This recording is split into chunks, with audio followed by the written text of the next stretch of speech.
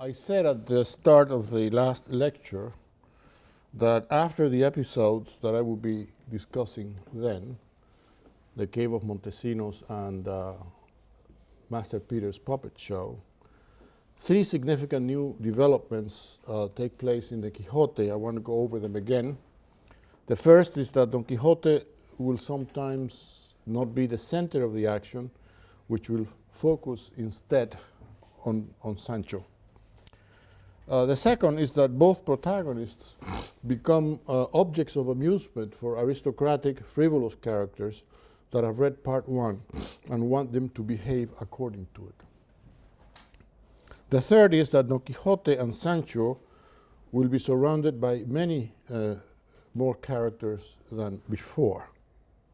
The overarching theme of the novel continues to be desengaño, and most of the episodes are staged by authors within the fiction, which is highly theatrical, and the backstage of the pranks, the stage machinery, as it were, is revealed to the reader, either during their performance or right after. The episode of the Enchanted Boat, of which I gave you an illustration of which appears in the handout that I gave you, was needed to get our protagonists across the Ebro River. We're going to show a map of Spain, although we have already shown you a map about where this appears.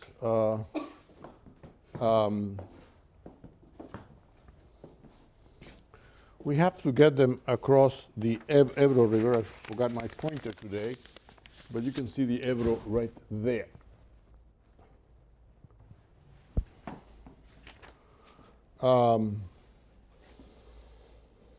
In part one, the territory that Don Quixote and Sancho covered was not very specific in geographic terms. Seville is mentioned as the destination of the prostitutes at the first inn, and also it is mentioned as the destination of Andrés when he reappears. The Sierra Morena is the setting for Don Quixote's penance and the place where Cardenio is hiding in shame and in madness. This relative vagueness is consistent with the narrator's refusal to mention the village where Alonso Quijano lives and to which Don Quixote returns. Now, however, in part two, geography becomes much more precise, starting with El Toboso, our protagonist's first stop, which is a real village in Castile, and continuing with their original destination, Zaragoza, where Don Quixote wants to participate in jousts celebrated on St. George's Day, April 23rd, and we talked about that in one of my earlier classes. A stream figures in the episode of the Fulling Hammers. But now Don Quixote and Sancho, on their way to Zaragoza, have to get across the Ebro, one of the major rivers of Spain. We could see another image of, there you are, of the Ebro. I highlight this because, of course, Castile is not only landlocked, but there is very little water in Castile. And this is reflected in the novel, where it only rains once. In part one, there is that stream where the Fulling Hammers appear, but on the whole, there is very little water. I'm going to turn the lights back on.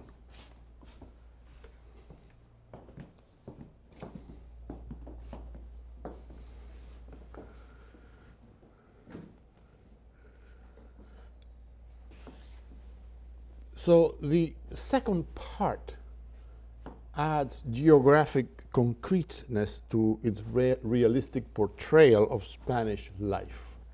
This is not new with Cervantes. This he derives from the picaresque. in Lazarillo de Tormes. Tormes is a river. It's the river that goes through Salamanca, as a matter of fact. And in the Guzmán de Alfarache, the geography is quite precise. And both in Spain and in Italy, where Guzmán travels also through Italy. So Cervantes has derived this concreteness from the picaresque. But the episode of the enchanted boat also serves to highlight, comically of course, the difference between Don Quixote's obsolete Ptolemaic notions of geography and the new Copernican conception of the universe, which is being expanded both as knowledge and as a field of knowledge, as Cervantes writes. What I mean by that is the Copernican universe is infinite. The Ptolemaic universe is limited. Now, this Galileo was making important discoveries in favor of Copernicanism in the early decades of the 17th century. He was in Spain for a while. And developing instruments of observation like the telescope. But Don Quixote still adheres to Ptolemaic ideas and calculations, as he demonstrates in his hilarious exchange with Sancho when he asks his squire to check if he has any lice on his body, because it was common lore that upon crossing the equator, all such vermin would perish, as if by magic. Sancho discovers that his fleas or lice are still very much alive, and he underscores the plural when saying that he has a few. Like chivalry, Ptolemaic geography is a medieval retention, struggling to survive in a world in which, after the discovery and settlement of the New World, it was wholly untenable, except to the likes of Don Quixote or to Sancho, who doesn't care either way. It doesn't make any difference to Sancho, of course. The crossing of the river is significant also because our characters are moving beyond landlocked Castile toward coastal regions of Spain that are in touch with other cultures and languages. And in this second part, we will reach such areas, Barcelona, where Catalan is spoken. The episode is a rewriting, since we're talking also always about these episodes of part 2 being rewritings of episodes of part 1. This episode, to me, is a rewriting of the windmills episode in part 1, because of the wheels of the river, no? With similar results, except that Don Quixote and Sancho have again to make restitutions for damages. And as all crossings, this crossing is also a transition. Now, I have given you a handout with the scene of Don Quixote's exchange with Sancho on the issue of the distance they have traveled in, and as this exchange appears in various English translations, so that we can be amused by the efforts that the translators make to render into English the puns that are involved, which are a little bit obscene. In the Spanish, if you have your handout, if not, I have copies. Does anybody need one?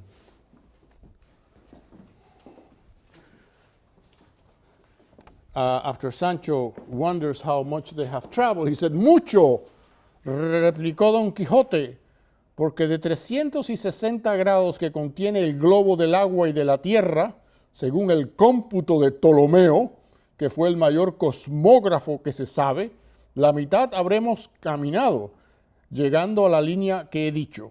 Por Dios, dijo Sancho, que vuesa merced me trae por testigo de lo que dice a una gentil persona puto y gafo, con la añadidura de meón o meo, o no sé cómo. I think I explained in the last class the ugly word in Spanish to say to urinate is mear, the equivalent in English of to piss. And of course, in the word in Ptolemy in Spanish, Ptolomeo, there seems to be included the first person singular of the indicative of the word mear, yo meo. This is what Sancho hears in Ptolomeo's name. And computo, computation, of course, to him, what he hears is puto, which is the masculine of puta, which is whore, and it means homosexual. So what Don Quixote has told him lacks all authority, is what he's saying, when his authorities have to do with a person who is homosexual and someone who pisses a lot. And this is what Sancho hears.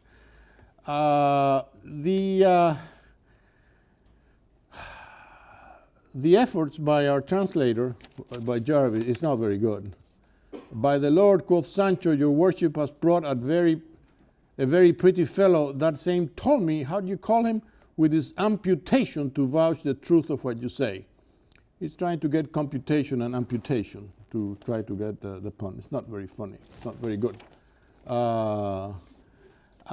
Smollett, in the same 18th century, tries to get, for God, cried Sancho, your worship has brought a set of rare witnesses to prove the truth of what you say, copulation and kiss me gaffer, with the addition of Ptolemaic or some such name. This is actually better because it catches the spirit of the obscenity of what Sancho is saying. Our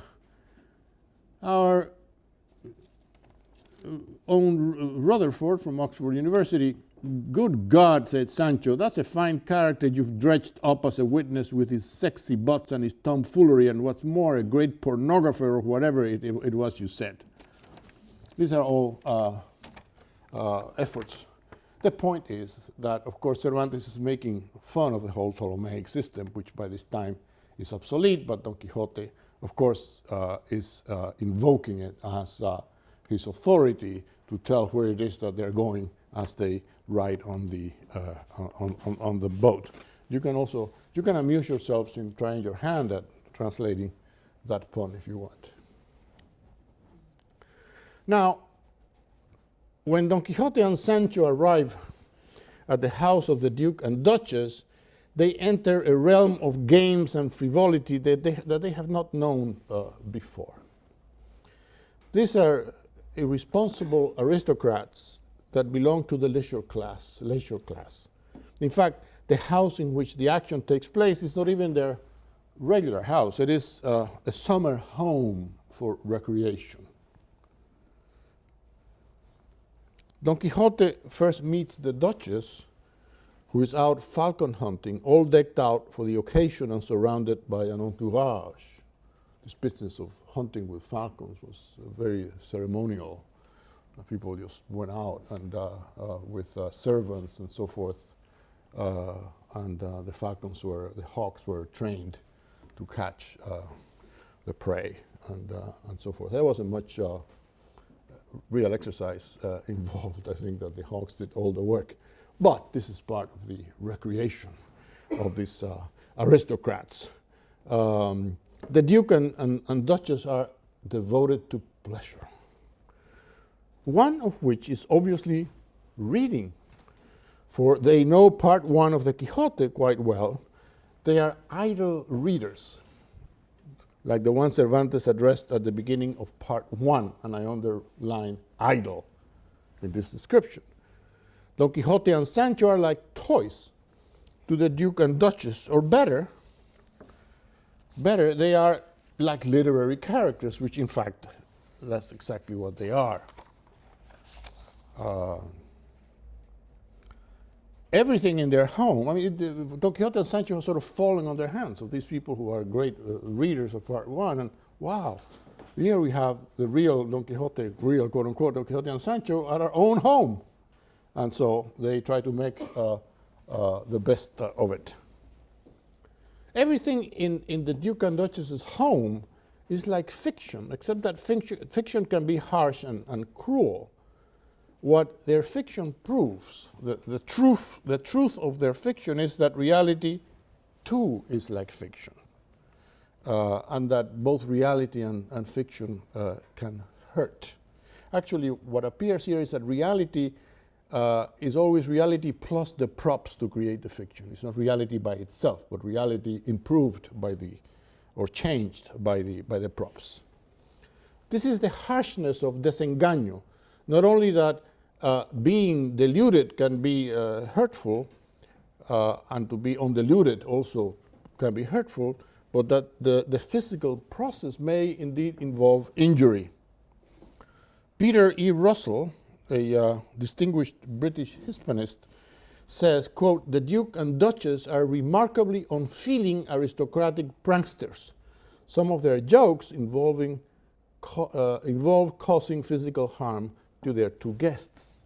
You will see that Don Quixote is scratched by cats, that the fall from the clavileño, the horse, is very dangerous, and so forth.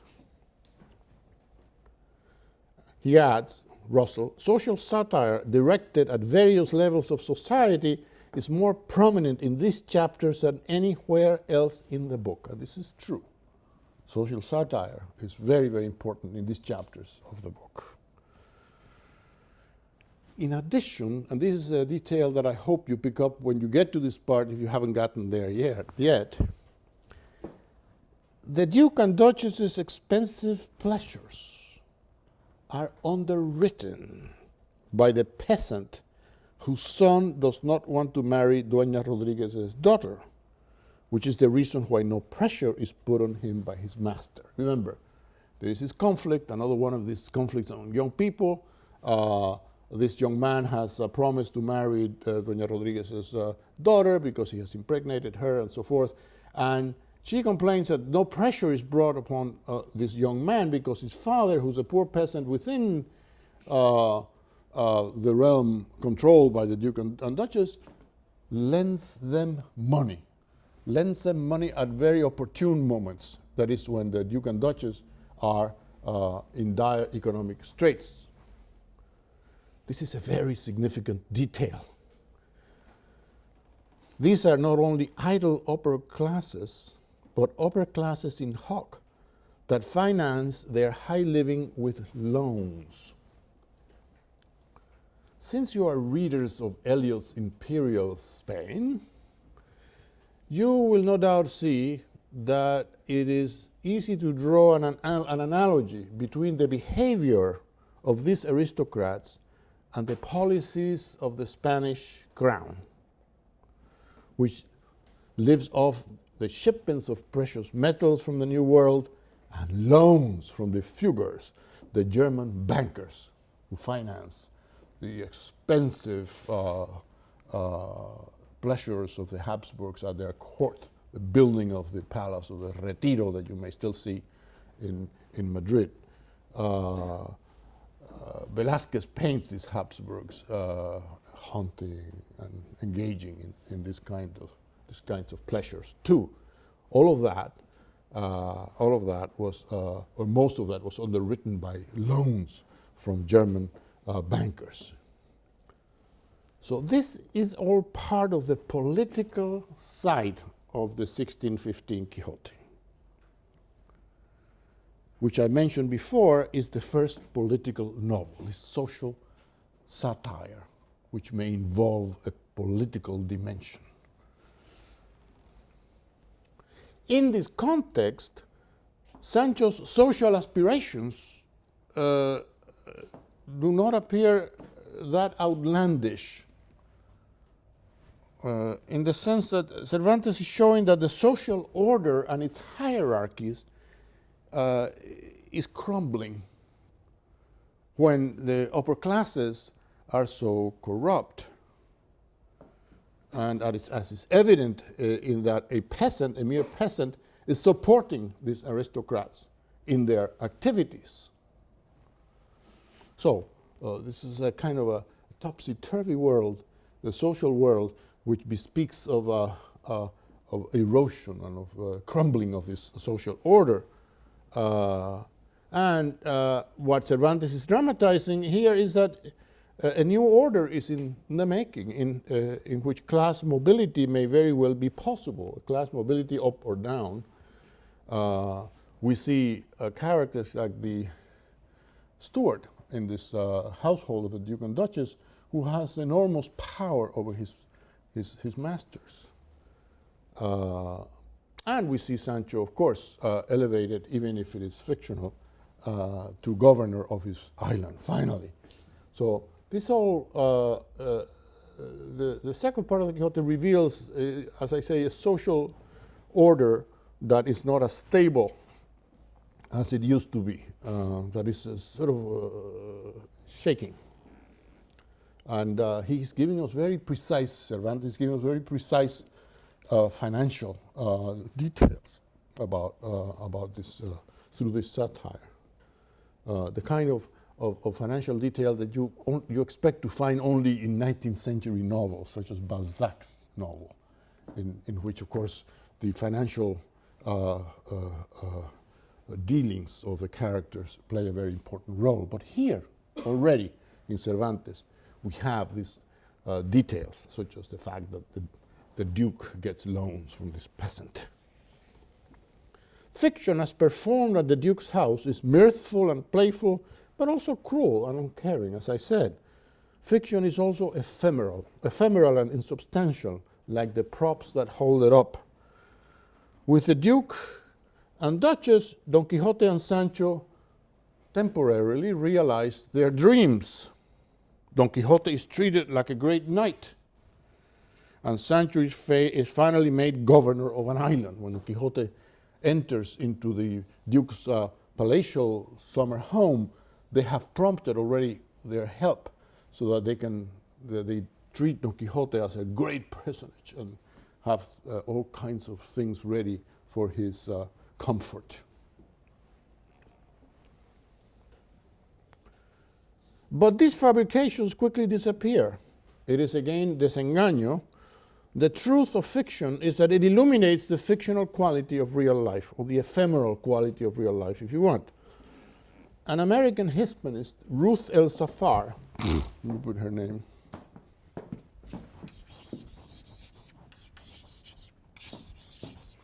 In spite of the name, she was married to someone of Arabic origin. She died very young, tragically. She was a Cervantes scholar. She writes, quote, "All of part 2 is based on the mistaken assumption on the part of the would-be all-controlling character authors that they can deal with a fictional character and maintain at the same time a distance which allows them never to slip into that fictional world with which they plan to entertain themselves. Like Samson," continues El Safar, "they are trapped from two directions. They are controlled to some extent from within their play by the very characters whom they intend to manipulate, and from without by an author of whom they are unaware, by whose will and whose hand all they do is contrived," unquote. As we have seen already in the case of Sansón Carrasco, this controlling author, that he falls into his own trap. He loses to Don Quixote in this encounter that they have, and we will see once and again that the steward, who's a very clever fellow and creates all of these elaborate pranks, does not succeed with them. Okay, eventually they come tumbling down. So Sansón Carrasco is the principal internal author, as I said, and as we've seen from the very beginning, bent on recreating the fiction of part 1. But now at the Duke's house, the Duke's steward will compete with Sansón quite favorably. He is the creator of elaborate pranks, like the island where Sancho will be governor, like the pageant in the forest, about which I will speak very soon, none of which turn out quite as he planned them, and within which he gets caught. This steward, by the way, if you think about the pageant in the forest, was not only clever in creating these pranks, but he was also a poet. He must have written the lines that Merlin delivers in this pageant. So the significance of all this, apart from its baroque character, is that Cervantes is speculating, as usual, about his own position vis-a-vis his own fiction. This fiction that seems to be always getting away from him. And this is what the presence of these internal authors who are beset by these problems of distance and control reveals, which is the same kind of situation in which Master Peter finds himself with his puppet theater, with catastrophic results.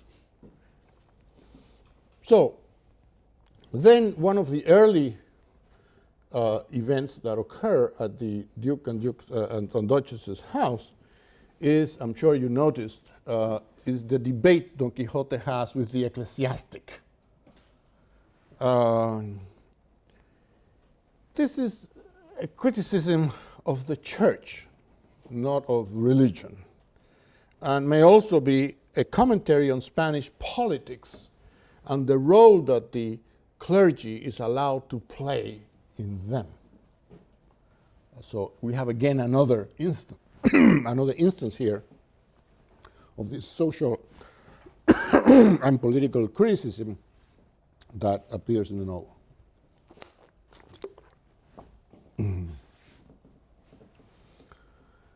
Don Quixote intimates that the ecclesiastic is a leech, living at the expense of the Duke and Duchess. He quite tell him, who in turn live off of the rich peasant who gives them loans. Don Quixote also tells him that he speaks without authority because he lacks experience, and accuses him of acting aggressively because he is protected by his investiture, meaning that Don Quixote cannot challenge him to a fight because he is an ecclesiastic, and therefore he takes advantage of that protection to be able to act with this haughtiness. But notice that there is some truth to what the ecclesiastic says to the Duke and Duchess about how they are dealing with Don Quixote, encouraging him to go on with his insanity about being a knight errant. There are no uniformly negative characters in Cervantes. Even this very unpleasant priest is right in some of the things that he says. He ruins the whole dinner. He's very unpleasant. But he has some of the things he says are quite true. Perspectivism, as we have been seeing throughout the semester, means that no one is in possession of the entire truth. That is, the truth made up of the various points of view of the characters.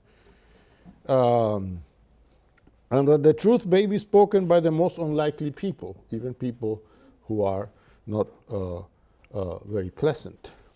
This is a constant in Cervantes. Notice that the debate with the ecclesiastic is in this case, we could call it a preprandial dinner. A preprandial speech. It's a speech before dinner, which is ruined anyway by this. And that it is, again, another rewriting of the arms and letters speech, because Don Quixote always seems to be able to get to that topic, as he did at the house of Diego de Miranda, when he debated about the virtues of poetry and of the military. Now, we move on now to episodes that are quite independent and that seem to build not on part one, but on previous episodes of part two. It's this fiction issuing from fiction. It's like a telescope that you're pulling out from within itself, what is happening in these episodes that follow now. Think of it as that, a telescope, and as you pull it out, you're pulling things from within it. And that is the way that these episodes that I'm going to discuss now appear in part two. These are very important episodes, not quite on the level of the Cave of Montesinos, but very important and very memorable episodes, and that sort of make a coherent unit, although there will be a return to the Duke and Duchess's house when Don Quixote is on his way back home. So we begin by the episode of the hunt.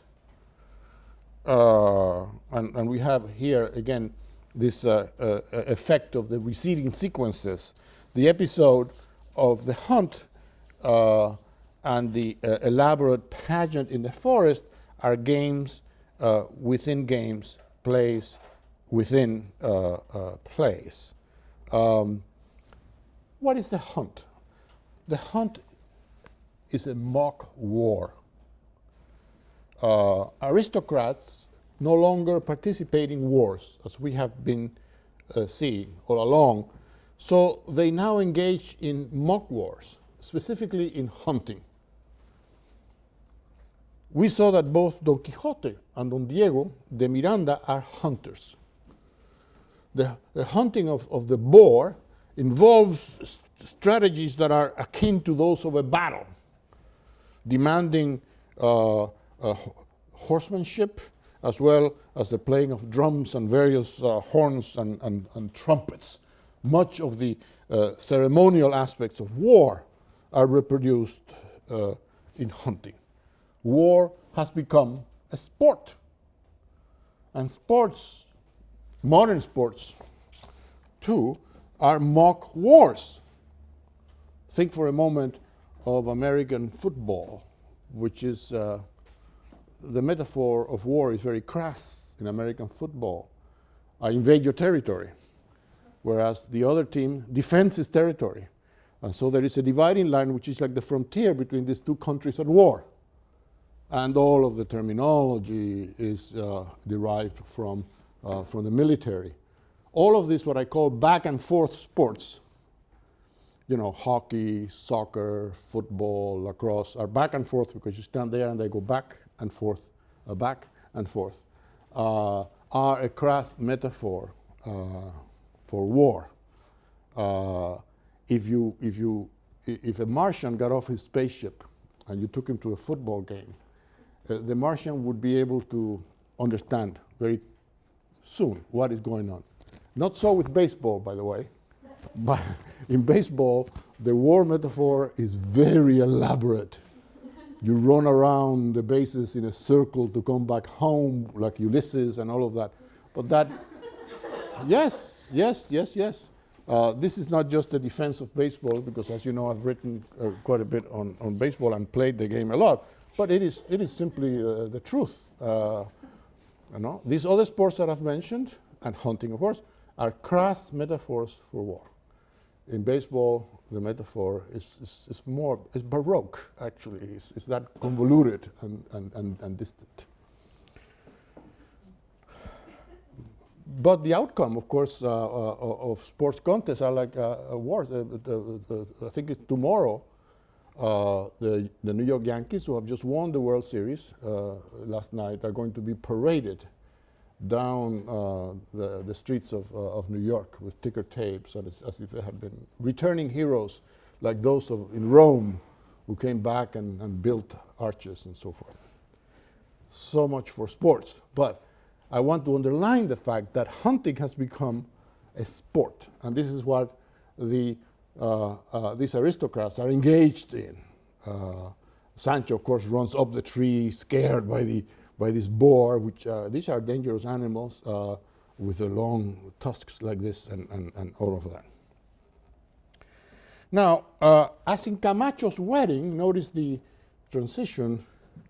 The episode begins, the episode of the whole pageant in the forest begins with a killed animal, as if a scapegoat were needed to start the action, and also a scapegoat were needed for the feast.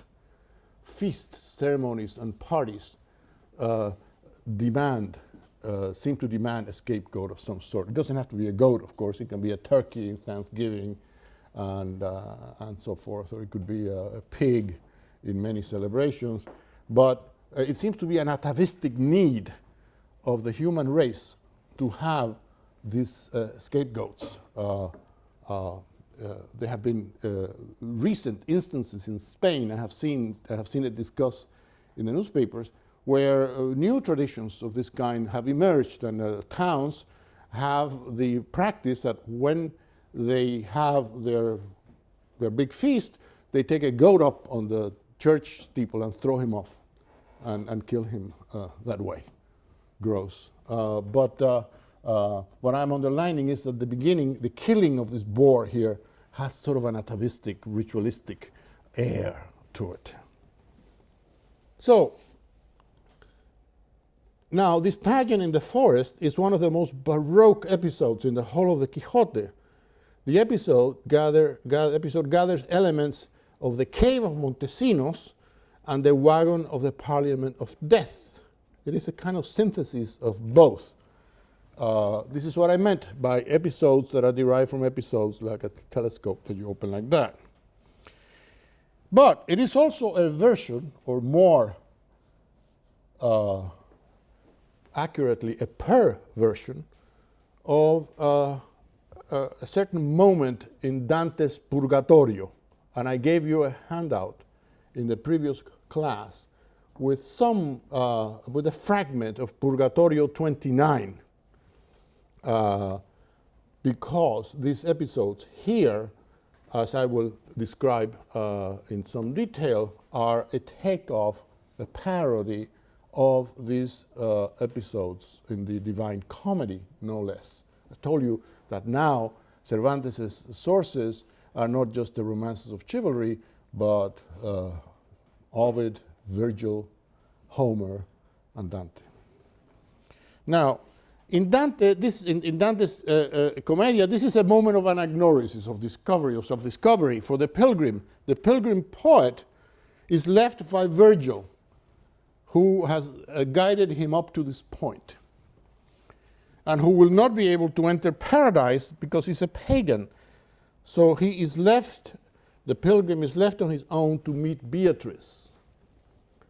Virgil dwells in limbo at the entrance of Inferno, where he is lodged with other worthies of the pagan world, neither punished nor rewarded. This is a marvelous invention of Dante's, limbo, where he puts all of these great figures of antiquity who could not, since they came before Christ, could not have been Christian. Therefore, they cannot enter paradise. And they're put here in limbo, where they are together in this palace, neither too happy nor sad, with a kind of a smile, a mysterious smile on their face, discussing their works with each other. It's a kind of a perpetual seminar. Not bad.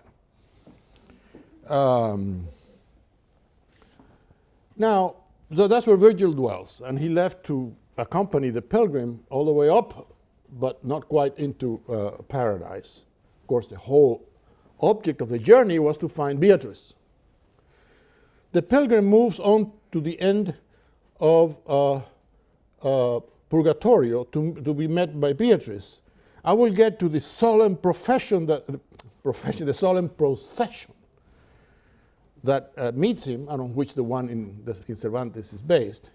But first, let me tell you that the meeting with Beatrice is, to me, one of the funniest moments in the whole of the Western literary tradition. After the pilgrim poet has gone through all of hell and most of purgatory in order to meet her, the first thing that Beatrice does when they do meet is to reproach him for having been with other women after his death. I find this delicious and very, very funny, and a great lesson.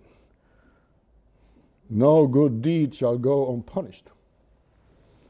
But what ensues in Dante is an elaborate procession as Beatrice appears. At its front there march 7 luminaries, the 7 gifts of the Holy Ghost, followed by the 20 elders of the Apocalypse. Canticles announce the impending arrival of Beatrice. 4 mystic animals appear, the 4 Gospels, and a cart pulled by a griffin. The 4 cardinal virtues follow, and then the 3 theological virtues with St. Peter and St. Paul, 4 doctors of the church, and St. John. The procession stops before the pilgrim poet. The triumphant Beatrice, symbol of theology, makes her appearance. This is the background of the pageant that the steward has organized with the help of other servants of the Duke and Duchess, including the beautiful page playing the role of Dulcinea. One must pause to ponder, at least I pause to ponder the distance between the universe created by Dante in the Divine Comedy and that created by Cervantes in the Quixote. The pageant in the forest is quite a bold parody, verging on the irreverent on the part of Cervantes.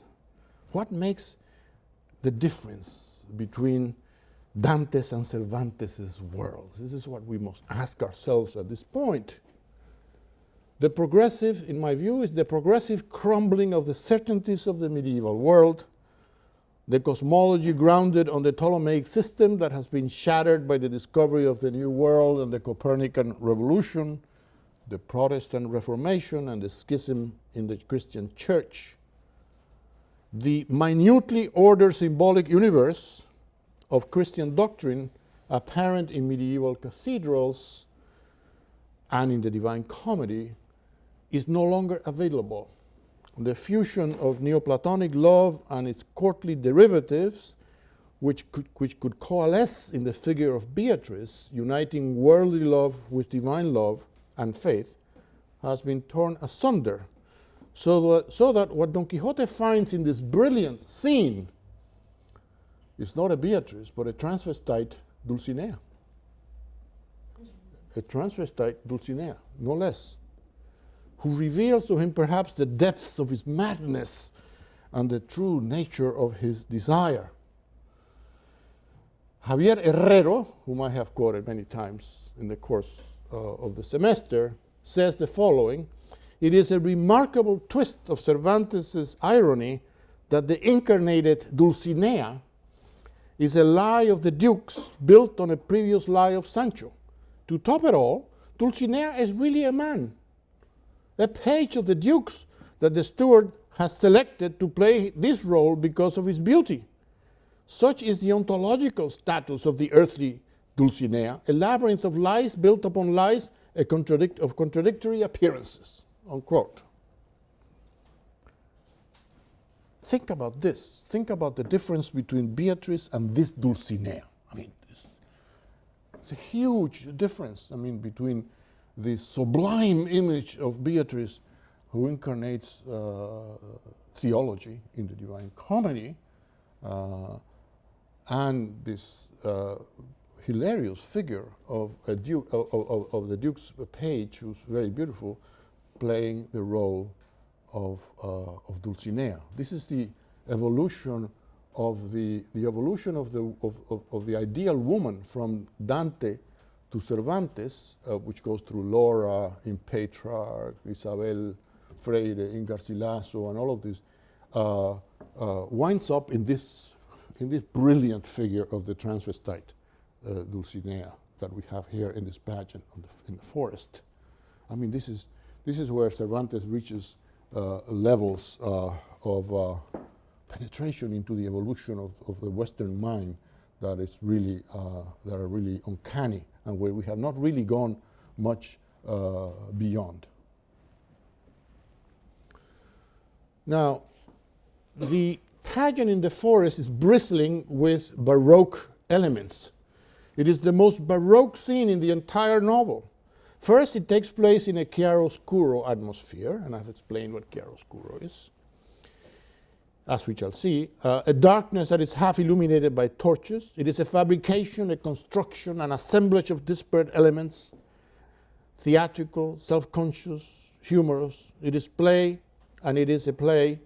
The cards that appear carrying the costume players are like those used to represent autos sacramentales. Remember those allegorical autos that I have mentioned several times, like the one in the wagon of the Parliament of Death episode.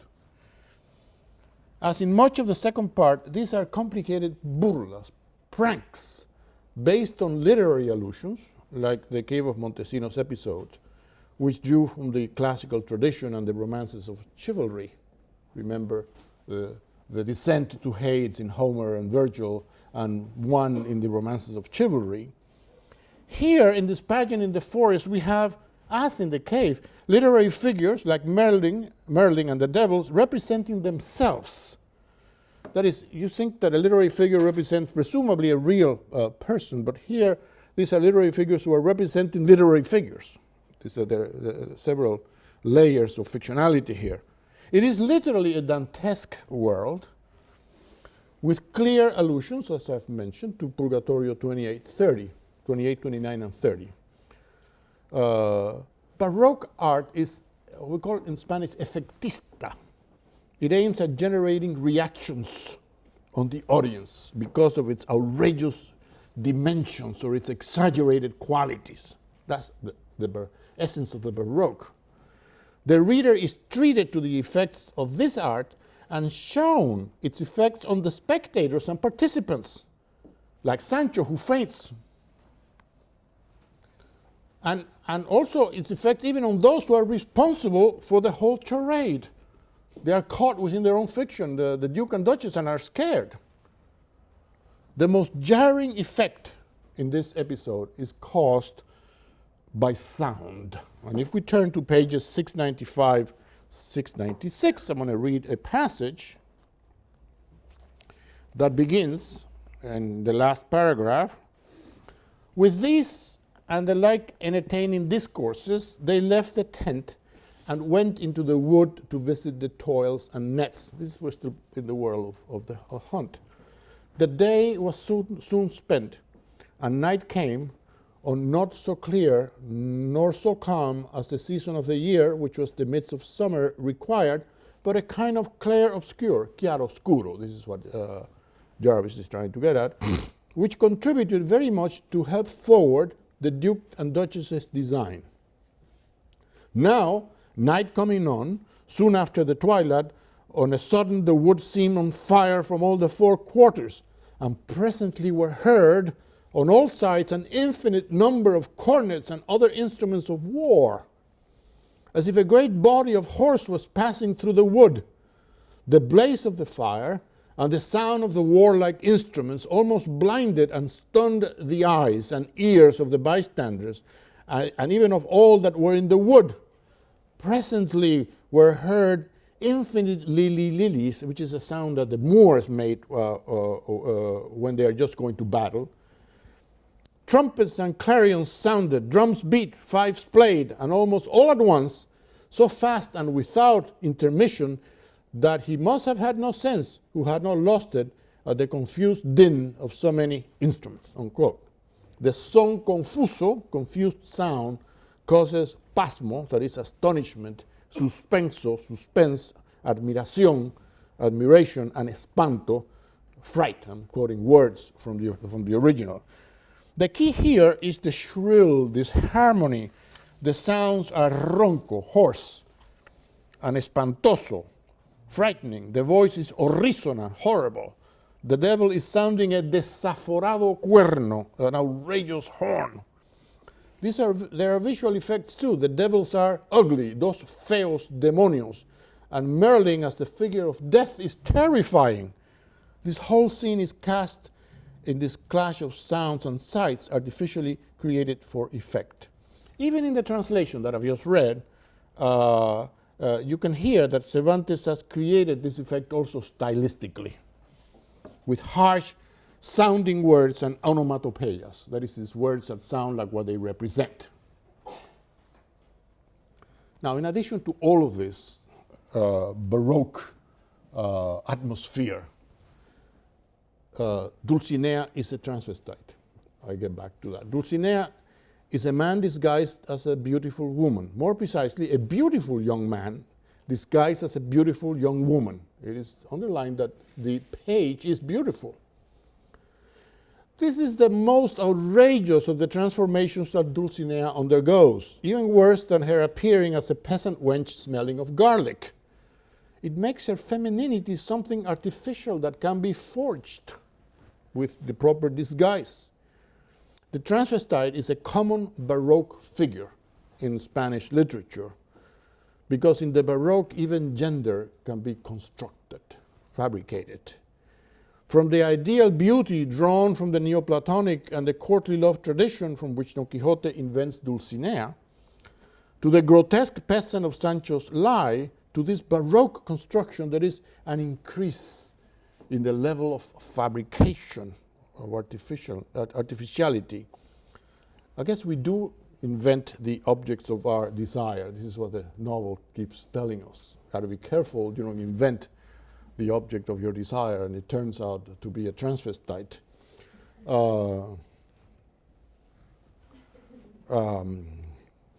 I have seen some that can really fool anybody. I wrote a book on a Cuban writer called Severo Sarduy, whose chief figure is the transvestite. He lived in Paris, and I visited with him a few places that are not in the tourist guides, and where you would find transvestites that could really fool anybody. The grotesqueness is augmented here and made even funnier by the feature that exposes Dulcinea's true gender, which is her voice. Jarvis flubs the translation, our Jarvis. In the original, it says that Dulcinea's voice was not very adamada, from dama, lady, adamada. The voice was not very ladylike. Jarvis renders it as amiable. Oh, he ruins the whole effect. No, Dulcinea's voice is masculine. She has a voice, and when she delivers his speech, the contrast is that she's beautiful, because the page is beautiful and dressed like a beautiful woman, but suddenly what emerges from her is a hoarse voice of a male. She has too much testosterone. And this contrast, this clash, is what is important here. And lamentably, Jarvis flubbed it. This whole episode makes me think of a movie that is perhaps too old for you to have seen it, but it's such a classic that you may have seen it. Some Like It Hot, with Marilyn Monroe. It's just a wonderful movie, and the very last line, it's a classic, because when the old man is just continues to insist that Lemon is Lemon the guy Lennon, or what is his, playing the transvestite. He finally in defense says, "But I'm not even a woman." And then, of course, nobody's perfect. Answers her eager lover. And I guess this Dulcinea is not perfect. I mean, first of all, she's a man. She may be beautiful, and in addition to that, she has a voice that is just not very feminine. This whole elaborate prank is concocted to disenchant Dulcinea, to bring her out of the state in which Sancho's lie put her. Hence the need within this grotesque fiction for Sancho to punish himself by giving himself 3,000 lashes on his buttocks. The prank has a logic of its own, which operates at the level of the lies, which are fictions in their own right. At that level, Sancho is the culprit, so he must pay the price. Now, but why lashes on his butt and not on his back, which traditionally prisoners are punished by having a number of lashes administered to their bare backs, but here is to his bare bottom. This, of course, adds to the humor of the whole charade, because Sancho, of course, wants to protect his butt, literally, and he says he's not going to have any such thing happen to him. But, of course, it is an allusion to Sancho's being so dependent on his digestive system, as it were. He has already defecated twice in the novel. Remember in part 1, in the Fooling Hammers, and then when he takes that concoction that Don Quixote gives him, and he has a terrible bout of diarrhea. So defecation and the rear end are very much a part of Sancho. He has his rear. Sancho's rear represents his fleshy character. It is his signature as much as his belly is in the last name, Panza. A finale on the Duke and Duchess. Joaquín Casalduero, Spanish, he's Spanish, from the 40s.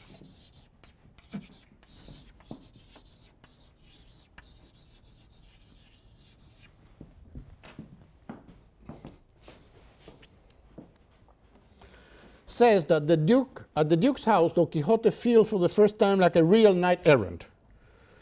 But that this is not enough. And this is the quote from Casalduero, translated by me.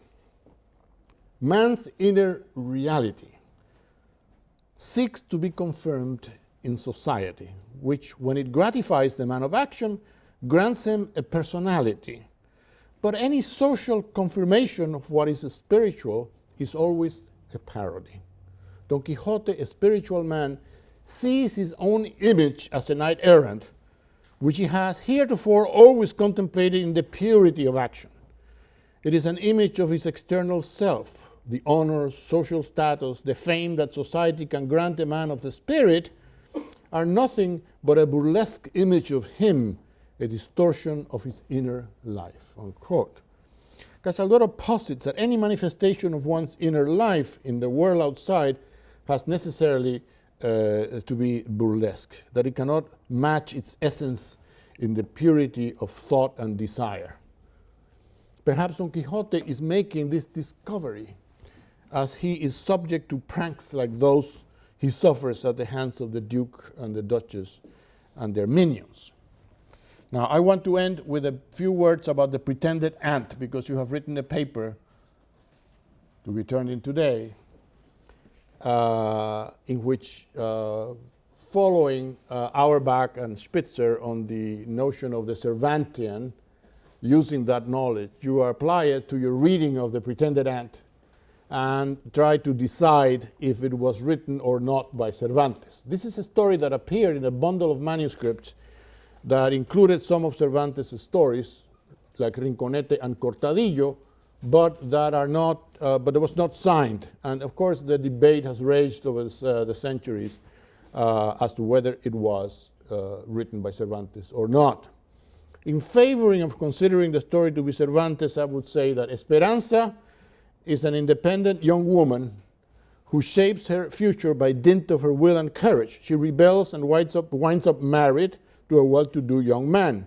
She erases her past as a whore and becomes respectable and married. In this, she is like other Cervantes characters like Marcela, Dorotea, and Zoraida. And also, in favor of, the story ends with an unequal marriage similar to those in the Quixote, a successful one at that. Against its being by Cervantes is the strong, too strong influence of Celestina. Above all, in the salacious episodes and details about repairing virgins. There is nothing quite as dirty in any text by Cervantes, including the deceitful marriage and the dog's colloquy, stories that you will be reading towards the end of the semester. It could be, a way out could be, is that it could be by an early Cervantes story before he was Cervantes. It could be a Cervantes imitator who wrote it, and so forth. But how many of you here thought that it was written by Cervantes? Raise your hands. 1, 2, 3, 4. How many thought not? How many didn't take a side? You didn't take any sides? Not fair. Okay.